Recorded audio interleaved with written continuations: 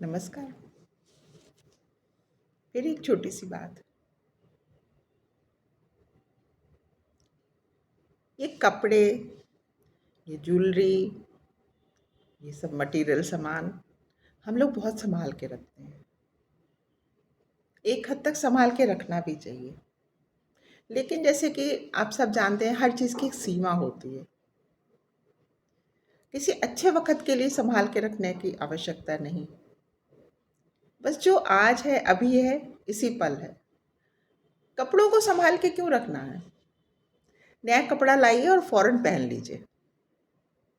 जिस वक़्त नया कपड़ा आपका बना, आपने खरीदा, वही ना सबसे अच्छा वक़्त है।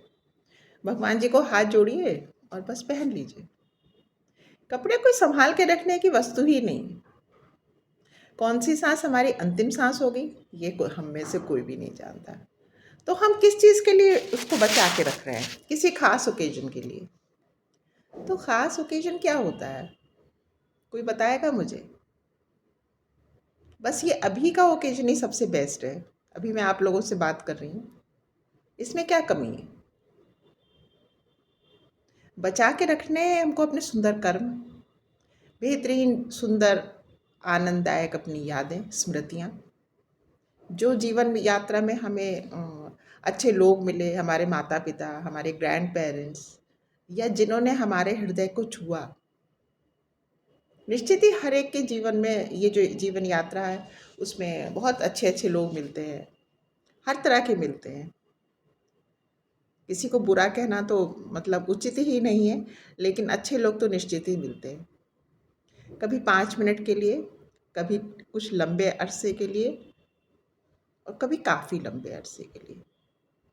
उनकी यादों को संजोल के रखना है। क्योंकि एक बार मुझे किसी ने बड़ी सुंदर बात मुझे याद है किसी की कही हुई, कि जब ऐसे-ऐसे धीरे-धीरे हमारी एज बढ़ रही है, हमें पता नहीं है कि हमारी कौन-सा समय हमारा अंतिम समय होगा।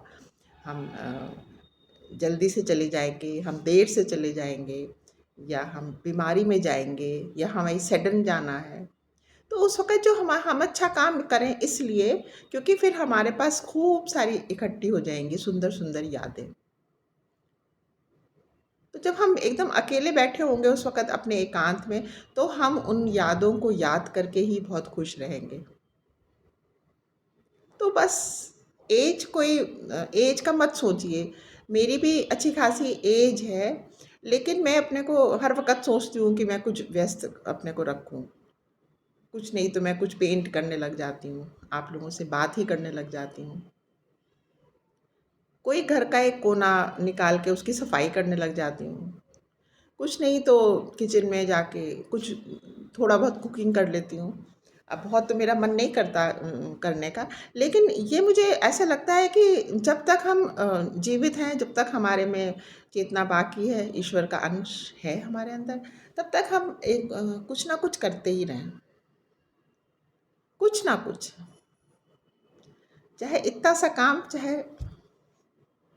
वो हमें बहुत जैसे कहते हैं सैटिस्फैक्शन देता है एक तरह से। हमें लगता है हम व्यस्त हैं, और व्यस्त रहना मुझे लगता है एक वरदान स्वरूप है। जब हम व्यस्त रहते हैं तो समय का तो पता ही नहीं चलता। मुझको वैसे भी समय का पता नहीं चलता। लोग जब कहते हैं कि हमारा तो समय नहीं कट रहा, हम बोर हो जाते हैं, तो BORE ये वर्ड तो कभी भगवान जी ने मेरे जीवन में दिया ही नहीं। जीवन इतना छोटा-सा है और पल भर में हम आगे बढ़ जाते हैं। समय तो वहीं खड़ा रह जाता है, अटल है। तो पता ही कहाँ चलता है।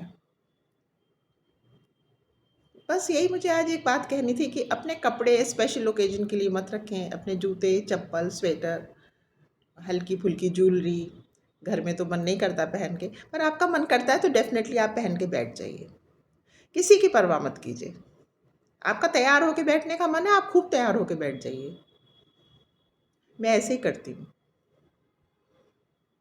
किसी दिन मैं अपने लिए तैयार होती हूँ।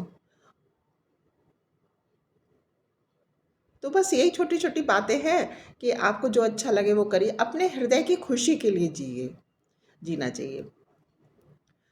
जो हमारे जैसे सीनियर लोग हैं जिनके कि कर्तव्य पालन हो चुके हैं सब अपने, बच्चे बड़े हो गए हैं उनके, और जो नेक्स्ट जनरेशन अपने सेटल है, तो हमारे पास बस अपने को ही खुश रखने का एक ज़िम्मेवारी सबसे बड़ी भगवान ने दे रखी है कि हम खुश रहें, अपने छोटों को ब्लेसिंग्स दें और हम हमेशा खुश रहें। और खुश रहने के लिए बहुत ज़रूरी है कि भगवान के पास बहुत निकट रहें और कुछ ना कुछ करते ही रहें। सोच के देखिएगा आप लोग सब लोग।